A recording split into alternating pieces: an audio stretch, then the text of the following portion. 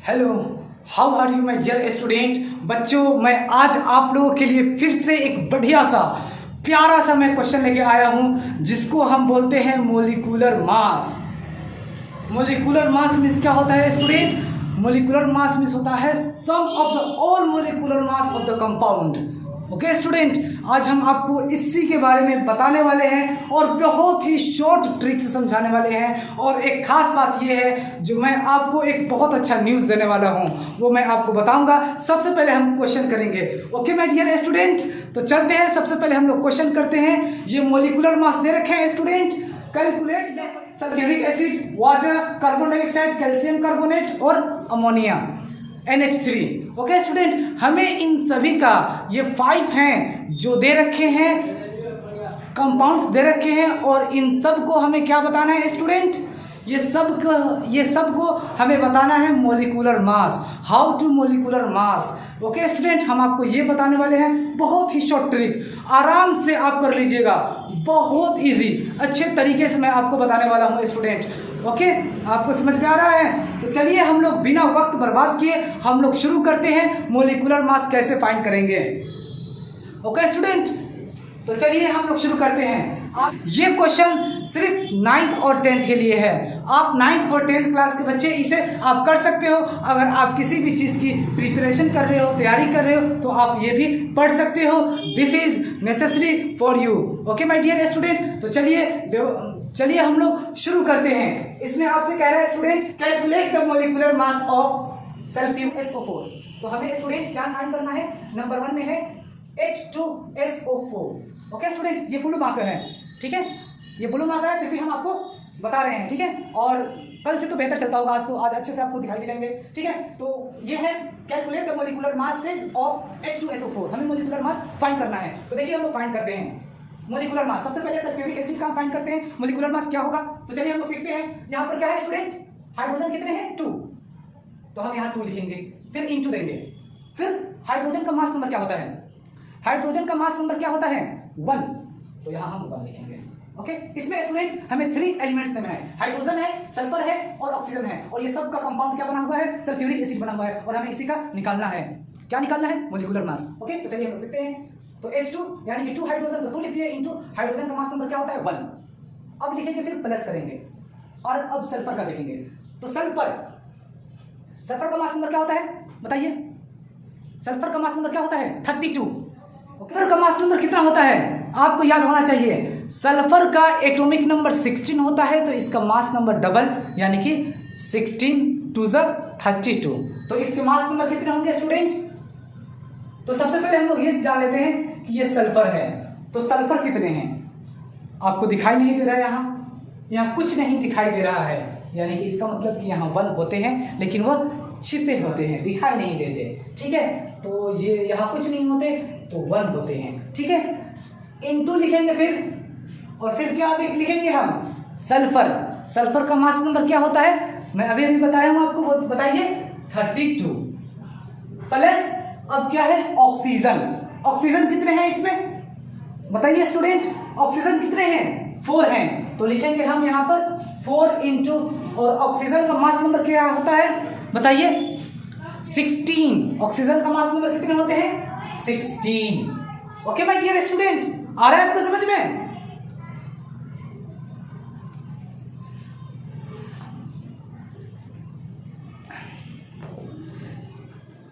ठीक है स्टूडेंट, यहां तक आपको समझ में आ गया? हाइड्रोजन 2 है, तो मैंने 2 लिख दिया, इंटू दे दिया फिर, और हाइड्रोजन का मास नंबर 1, तो 1 लिख दिया, प्लस दे दिया फिर, क्योंकि यहाँ पर 3 है ना, हाइड्रोजन, सल्फर और ऑक्सीजन, और हाइड्रोजन के बाद भी हमें प्लस देना पड़ेगा, फिर सल्फर के बाद भी प्लस देना पड़ेगा, फिर ऑक्सीजन, और ये तीनों को तीनों के हम मास नंबर जोड़ देंगे तो मेरा मोलिकुलर मास निकल जाएगा। तो मोलिकुलर मास में क्या होता है? Sum of the all masses number of the compound of the element. Okay, तो हम ये कर लिए।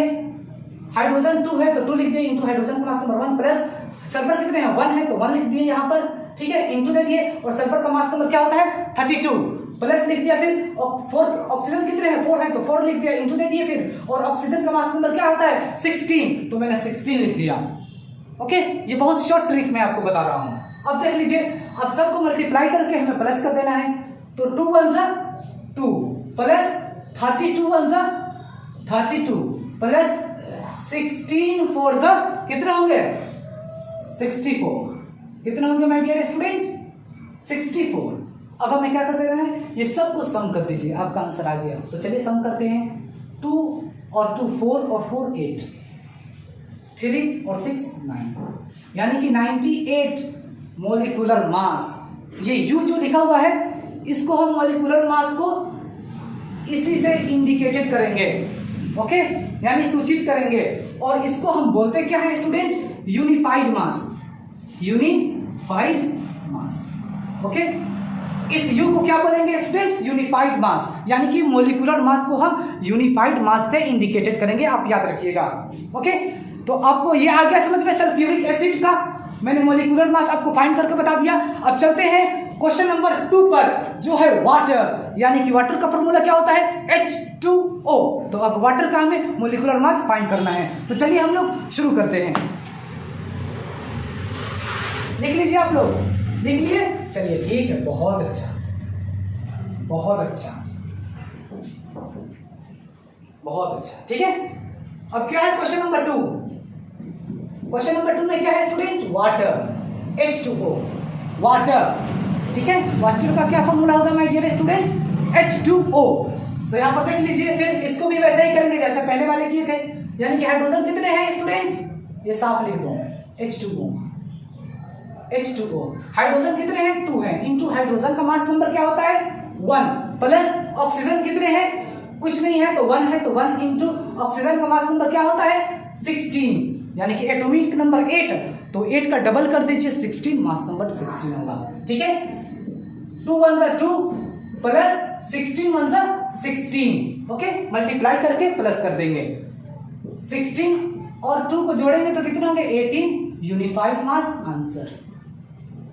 क्वेश्चन नंबर 2 मैंने आपको करके दिखा दिया, ओके, समझ में आ रहा है स्टूडेंट। अब चलते हैं, इसे आप लिख लीजिए, चलिए लिख लिए, बहुत अच्छा। चलिए फिर हम चलते हैं 3rd नंबर पर।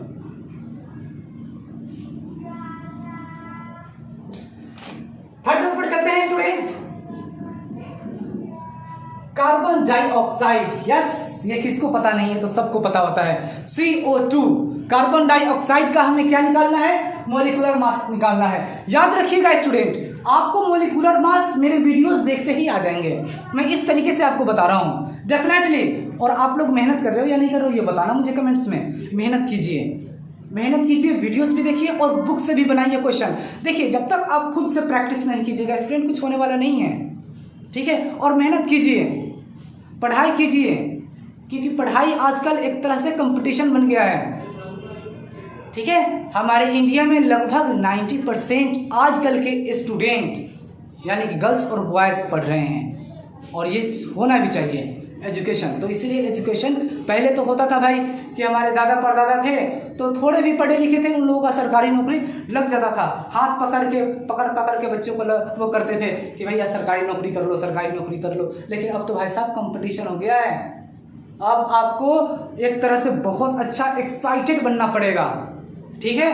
2-4 घंटों से नहीं, बहुत बल्कि रात और दिन मेहनत करना पड़ेगा आपको, day and night, hard labour, ठीक है। Then you can get succeed in your life definitely, okay student. अच्छा लग रहा है आपको? तो चलिए हम लोग अब कार्बन डाइऑक्साइड, क्वेश्चन नंबर 3 हम आपको बताने वाले हैं कि मोलिकुलर मास कैसे फाइंड करेंगे, मोलिकुलर मास। तो अब देख लीजिए स्टूडेंट, बिल्कुल वैसे ही जैसे पहले फर्स्ट किए, सेकंड किए, वैसे ही 3rd भी है। कार्बन कितने हैं, कुछ नहीं है तो 1 है, कुछ नहीं है तो स्टूडेंट 1 है, तो 1 लिख दिया मैंने, इंटू दे दिया फिर। और कार्बन का मास नंबर क्या होता है, तो देखिए कार्बन का एटॉमिक नंबर तो होते हैं 6, तो मास नंबर इसके डबल होंगे, यानी कि 12। याद रखिएगा स्टूडेंट, सबके डबल नहीं होते हैं, किसी में एक कम और एक ज्यादा, 1 या 1.5 ऐसे ही होते हैं, ठीक है, आसपास में होते हैं। ऐसा नहीं कि मैंने डबल कर दिया तो सारे के डबल होंगे मास नंबर, तो ऐसा नहीं होता है स्टूडेंट, ठीक है।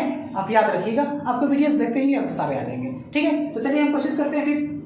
तो 1 × 12 प्लस लिखेंगे, और फिर क्या है ऑक्सीजन, ऑक्सीजन कितने हैं स्टूडेंट? 2 है, तो 2 लिखेंगे और फिर इनटू देंगे। और ऑक्सीजन का मास नंबर क्या होता है, यानी कि ऑक्सीजन का एटॉमिक नंबर 8 होते हैं, तो मास नंबर कितने होंगे? 16, तो यहाँ हम 16 लिखेंगे।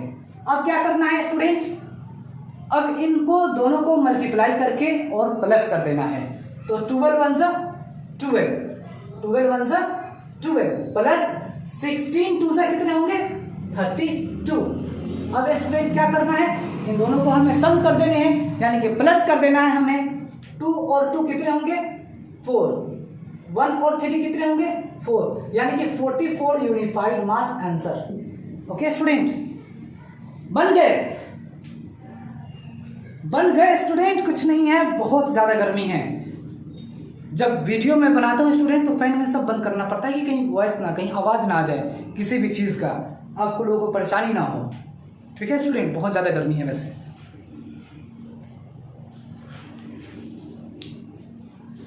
तो क्वेश्चन नंबर 3 आपको समझ में आ गया? बिल्कुल ऐसा ही करेंगे हम क्वेश्चन नंबर 4 भी। तो क्वेश्चन नंबर 4 में कैल्शियम कार्बोनेट है।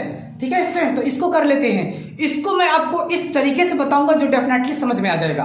ठीक है, तो चलिए अब हम शुरू करते हैं। 4th नंबर बताते हैं आपको।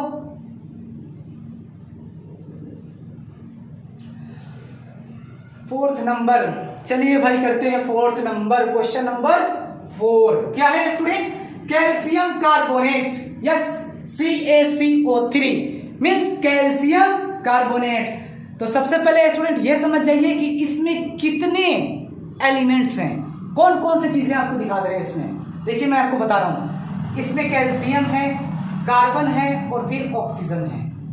ठीक है स्टूडेंट, कैल्शियम है, कार्बन है और ऑक्सीजन है, यानी कि इसमें 3 एलिमेंट्स हैं। और 3 एलिमेंट्स को कॉम्बिनेशन करके क्या बना हुआ है स्टूडेंट?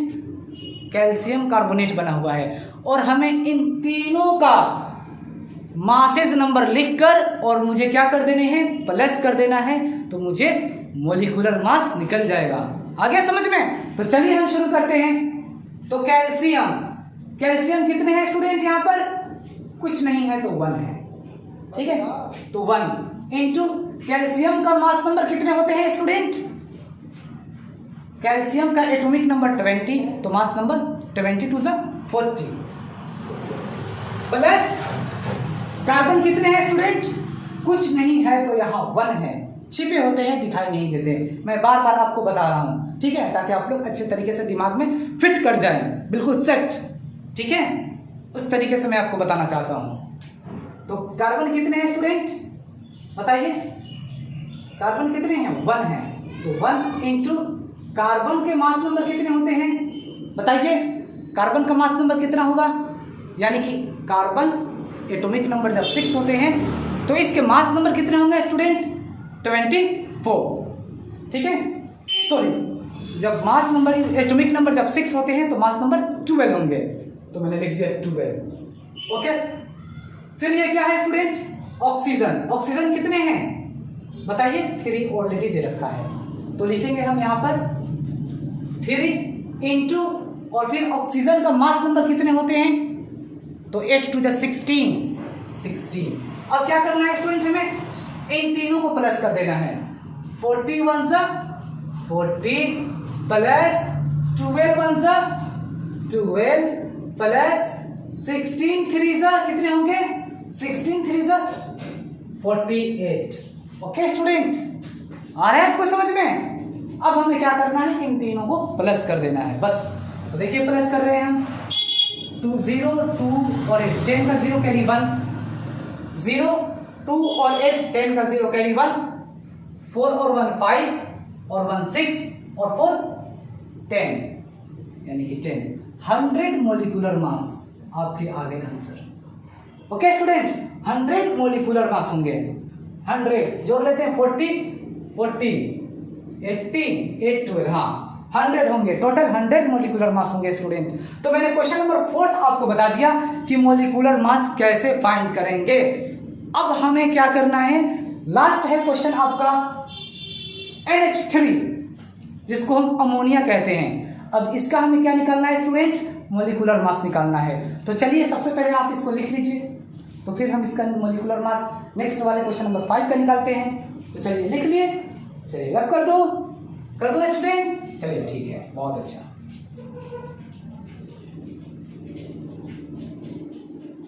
बहुत अच्छा, तो चलिए अब शुरू करते हैं फिफ्थ नंबर में क्या है स्टूडेंट? NH3 ammonia. ठीक है, अब इसका में क्या निकालना है? मोलिकुलर मास।